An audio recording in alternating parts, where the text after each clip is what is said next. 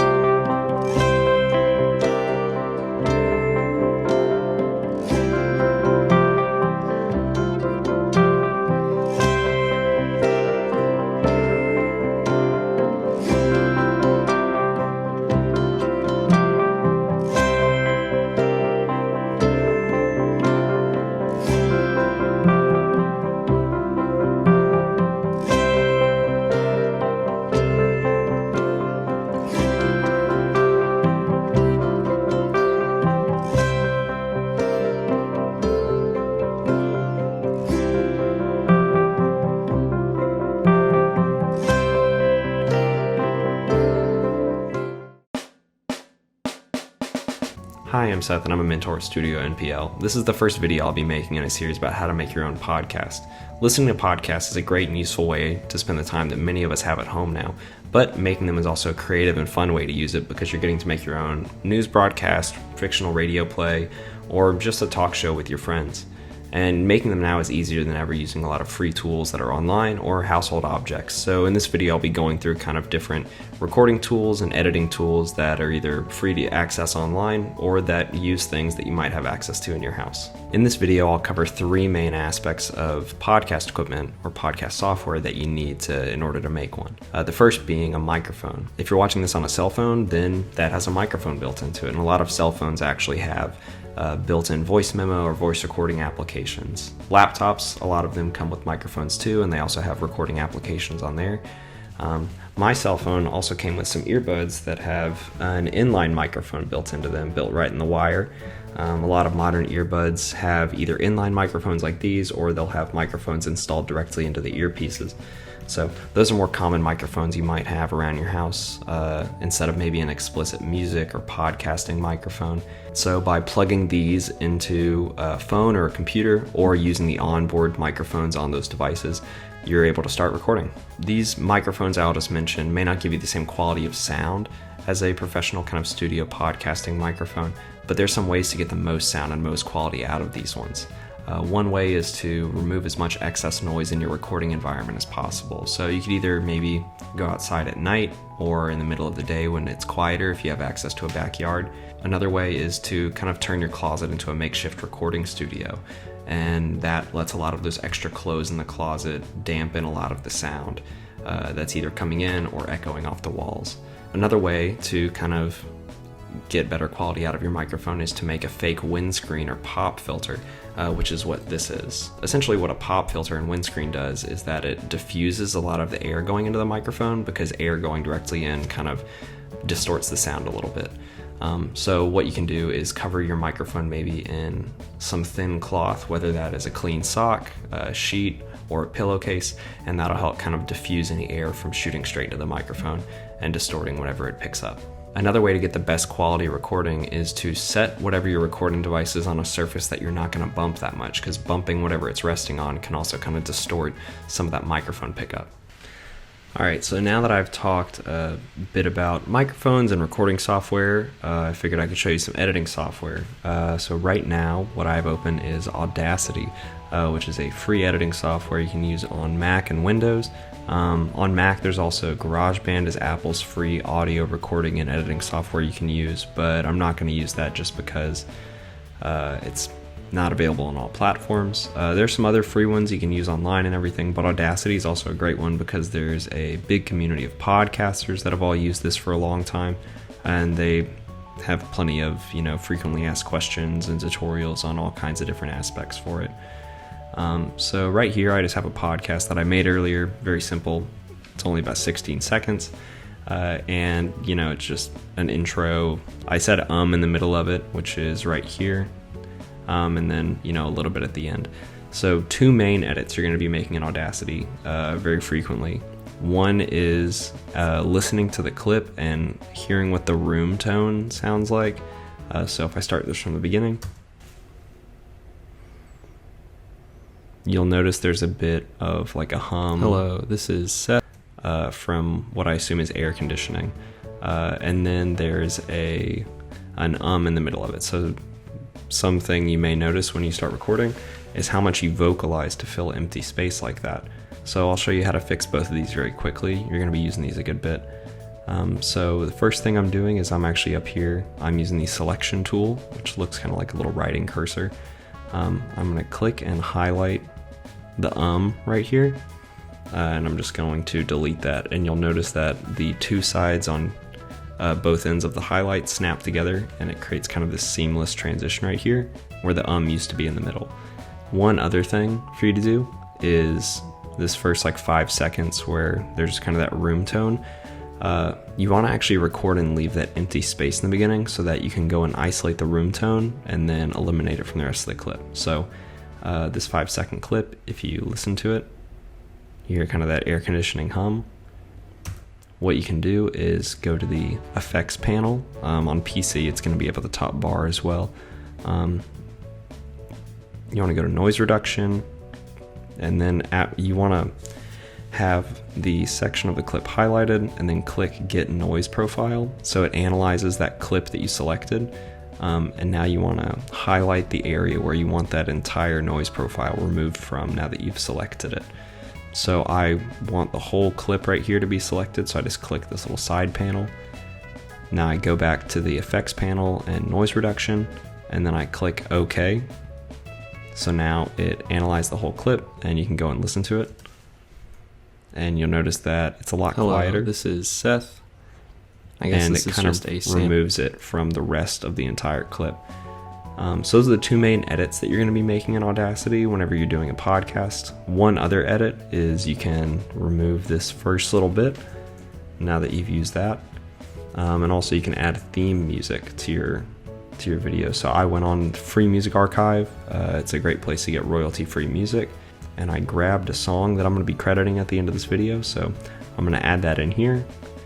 And you can see kind of, where it falls with the rest of the clip. So I'm going to take the time shift tool, and I'm going to grab this time. I'm going to move it toward the end so that now you can listen to the podcast, get to the end of the podcast, and then the song comes in at the end. I guess this is just a sample podcast. That's about it for this episode. I'm going to be talking in future episodes again about publishing, and another one about kind of recording one with your friends over long distance technologies like video chat, and how to make a multi-person podcast that way. So thanks for tuning in.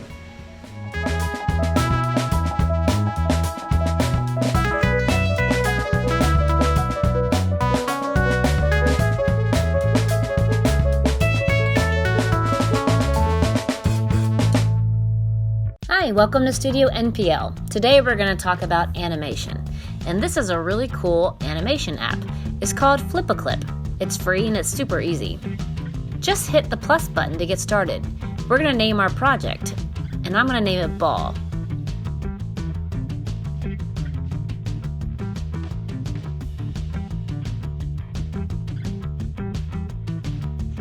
Make sure onion skinning is on. Then just start drawing. And we're going to draw a ball. Hit the plus button at the bottom to add your next frame. And you'll see when I add the next frame that the onion skin is still there, so you can see where your last drawing was. The further apart, the faster the action.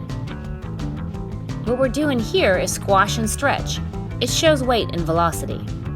So the ball went all the way down, it hit the ground, and then we're going to start back up. This is a very simple animation. This app offers lots of other features like layers. You can add color, sound, you can add music, even cartoon sound effects. And you can also add video frames. If you import a video, you could trace it and turn it into an animation. It's pretty awesome.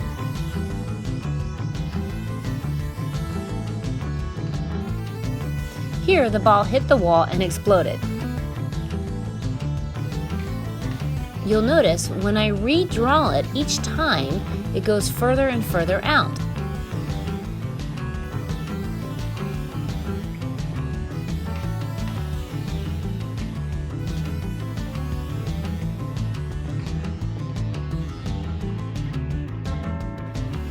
And now we're going to show that after the ball exploded, it glides down the wall. So now the drawings will start to head down towards the floor.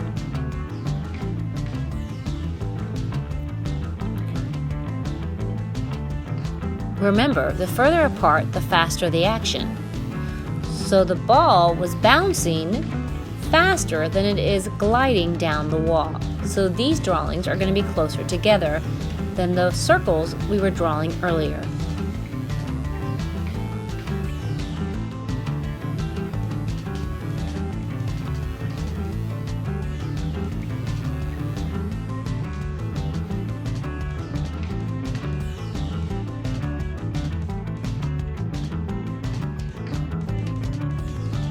When you get to the end, you're going to continue to trace the last frame several times because you want a moment for your eyes to pause on the final movement.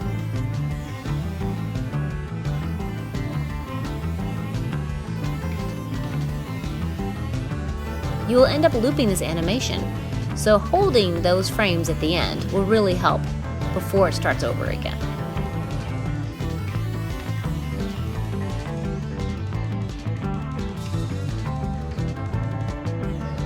And that's it. It's pretty simple. I hope you have fun with your own animations.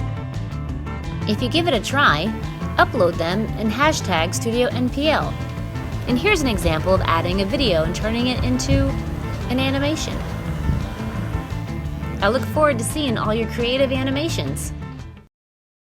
Hey guys, this is Rhett McDonald, your Teen Center music mentor, and I'm going to talk to you about the 7 Cowboy chords to play virtually any song. I'm going to keep it pretty short and sweet.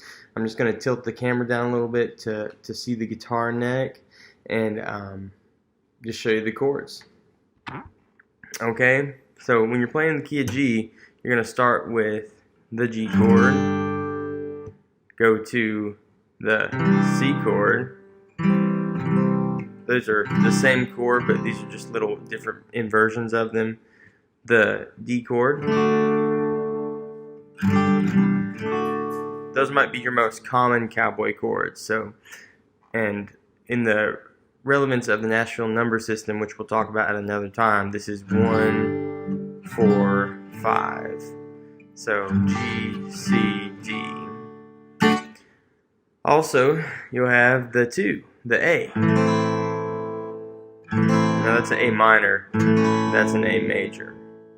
You'll have your 3 chord, the B, that's a B minor, that's a B major. So we've done our 1, 4, 5, the 2, and the 3. In order, obviously, it would be 1, 2, 3, 4, 5. Then you have your 6th chord, the E, oftentimes the E minor in this key of G. That's your E major. Then you'll have your 7, the F. So we've done 1, 2, 3, 4, 5, 6, 7. Now a great resource for getting the exact fingering of these chords, because it just is a little confusing for me to sit here and show you when this is reversed, because I'm on a front-facing laptop camera. That's just really confusing. The best resource is ultimateguitar.com. It's a tablature website. It'll show you the tabs to any song that is relatively guitar driven. So it really just shows you where you put your finger on each string, how to play each one of these chords. So knock yourselves out. Those are the 7 cowboy chords to play virtually any song.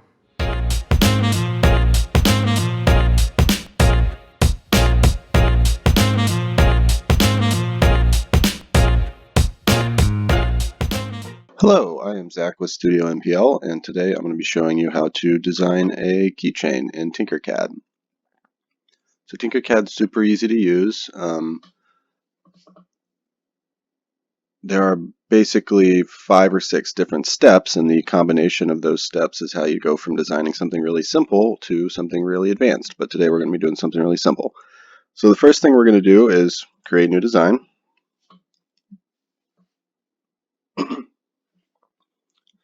Now, the important thing with 3D modeling is always controlling your perspective, so the angle at which you're looking at what you're designing. So in Tinkercad, there's a few different ways you can do that. So if we're going to grab our box here, set it on the work plane. Now, if you have a mouse, you can use the right click and hold it down to just rotate or orbit around the object. I find that's really useful and easy to look at something from multiple perspectives. If you don't have a mouse or you don't like doing it that way, you have up here on the left-hand side, you have a series of navigation tools. So we can select the corner of this cube. That'll look at the corner, top, front, etc.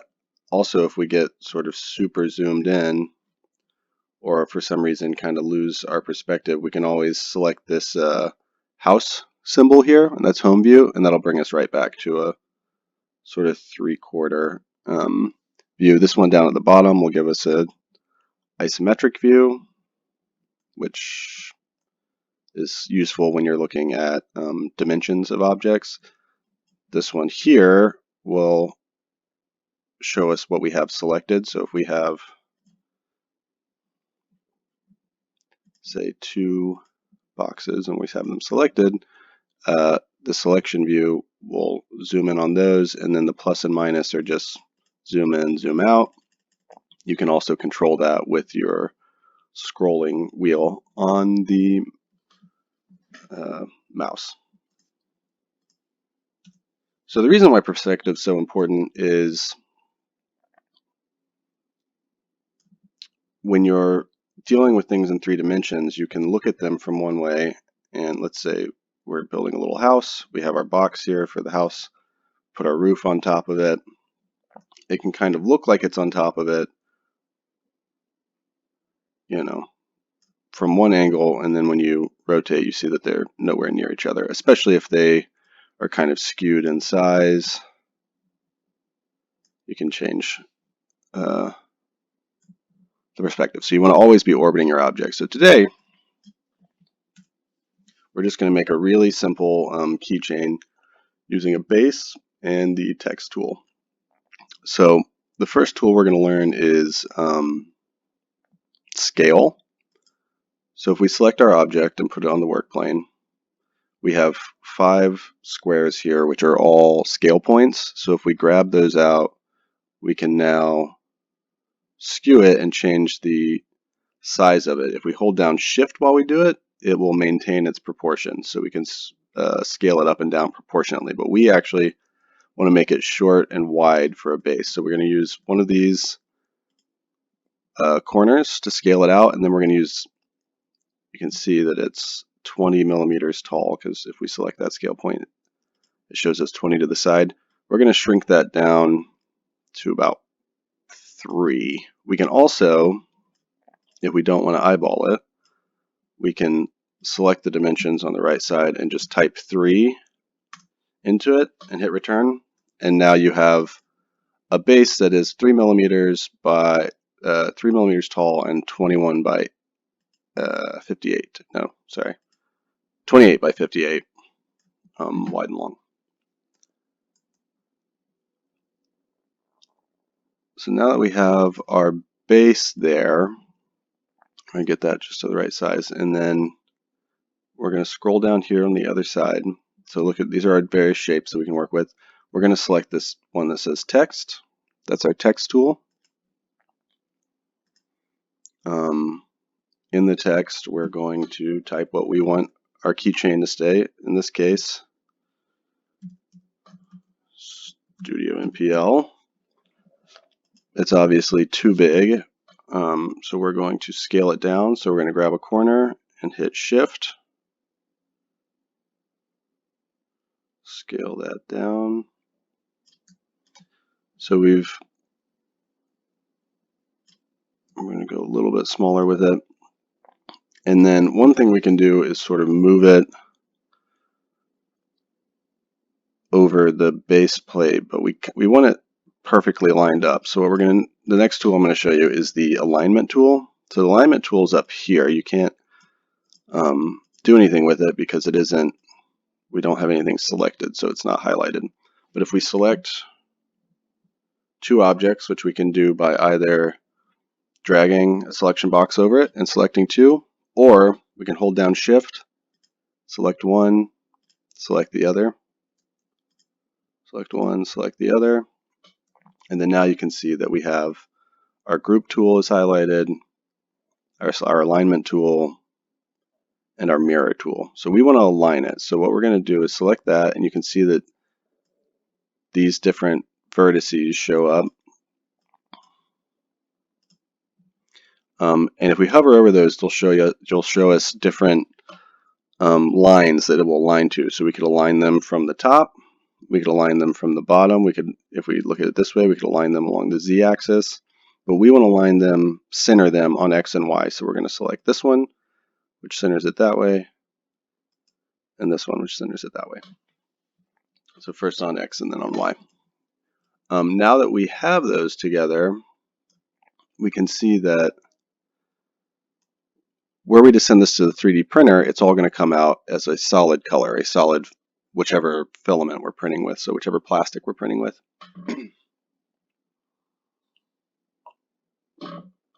Which means for the letters to show up, there needs to be a relief. So they need to be at a different height than the base. So we can either, so using that top scale point, we can either shrink down the base. We're going to shrink that to 2, and then actually we want this a little bit bigger as well. There we go. And when we scaled it, we might have gotten it off alignment, so we're going to line it up again.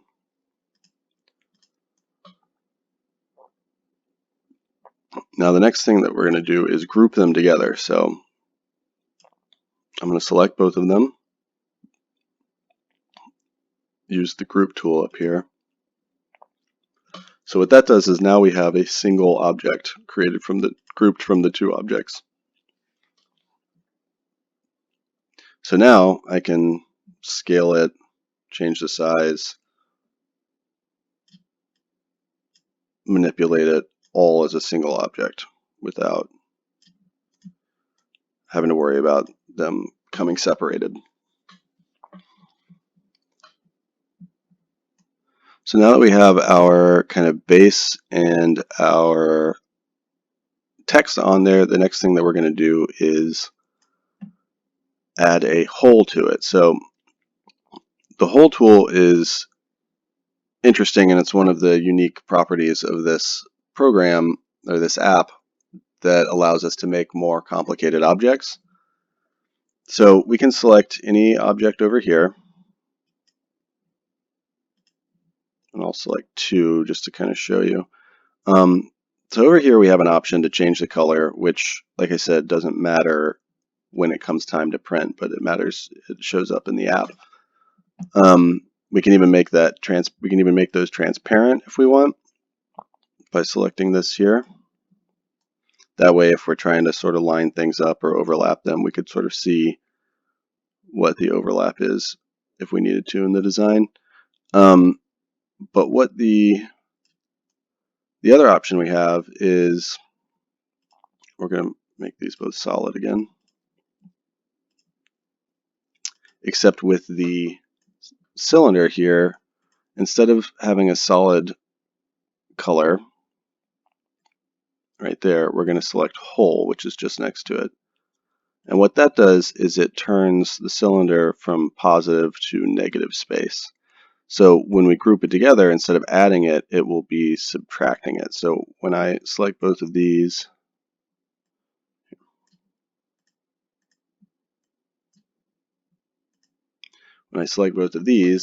and group them, you can see it carves the cylinder out of the square rather than adding it to it. So if I were to, up here is the undo button. So if I was to go back and then make that solid again and group them, it's added them together.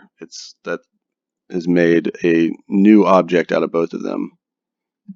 But now if I were to undo it again, do hole and group them, it carves it away. So that's how we make more complicated shapes, is by adding stuff together and then subtracting it. But for these purposes, we're going to get rid of that. And just for today's design, we're going to use the cylinder tool. I'm going to make it tall so that when I shrink it down, we still have enough to go all the way through the base. So I always make sure, so this big black arrow is at the top or bottom is how you raise or lower it. So I always make sure that it's long enough to go all the way through. I'm going to use the arrow keys on my keyboard to move it around, to nudge it over. That's another instance where perspective is really important, is when you're looking at something, depending on what angle you're looking at it, is the angle that you can use the arrows to nudge it in. So now I'm going to select whole, group them together, and it cut a little circle in our keychain. And now we're ready to print.